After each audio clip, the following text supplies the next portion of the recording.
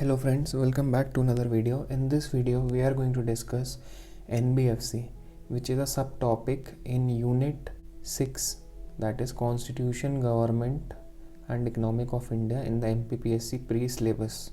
So I have already discussed SEBI and National Stock Exchange in my earlier videos, so I would link them in description, and if you want you can go and watch that also. So let's get started. So NBFC stands for non-banking financial company. So one thing which we have to remember with respect to this, that it is registered under the Companies Act 1956. This is very important, और ये एक direct question है, PSC पूछ सकता है कि under which act is the NBFC registered. So it is the Companies Act 1956. So you have to keep this in mind, and we are not going to get into technicalities, and we are only going to look at points which are relevant from exam perspective. So to give you an example of NBFC, like you must have heard of LIC, Bajaj Finance and Cholamandalam, Muthoot Finance Gold Loan. So these are all types of NBFCs. Okay, और आप यहाँ पढ़ सकते हो कि engaged in the business of loans and advances, acquisition of share stock. ये example mutual fund का हो गया, issued by government or local authority. Okay, now the principal business of non-banking institution is receiving deposit under any scheme or arrangement in lump sum or installments by way of contribution. जैसे हम अपन home loan लेते हैं LIC HFL से, so we पे EMIs, है ना, तो उसी टाइप से ये LIC भी एक NBFC है. Now coming to difference between NBFC and banks, many people get confused, but it is very easy and we should not get confused. The major difference is that NBFC cannot accept demand deposits. Okay, जैसे अपन DD बोलते हैं जिसको, not accept, and NBFC do not form a part of payment and settlement system. इसका मतलब it cannot issue check drawn on itself.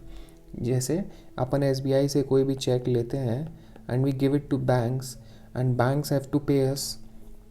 Similarly, NBFC, they cannot issue checks, so they do not form a part of the payment system.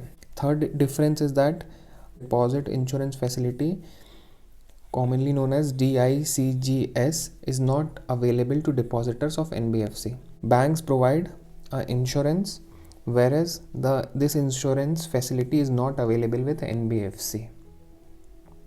And NBFC are also known as shadow banks. We also cannot open savings account or current accounts with NBFC, just like demand deposit. Okay,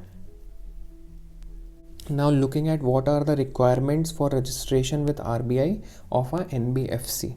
So as earlier I had told you that it must be a company registered under the Companies Act 1956. This is very important, you have to keep this act in mind. It can very well be asked this year.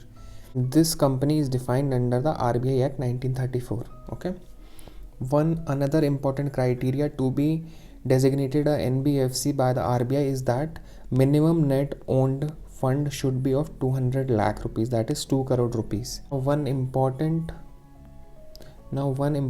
current affair related thing we have to keep in mind regarding NBFC is that NBFC Ombudsman scheme was launched in the year 2018. So बस आप ये year याद रखो, PSC पूछ सकता है since NBFC is specially mentioned in the syllabus. So an ombudsman scheme related to NBFC was launched in the year 2018. So with this we come to the end of this video, and if you learned something new from this video, please make sure to like and subscribe to the channel. It really gives me motivation to make such videos. Thank you.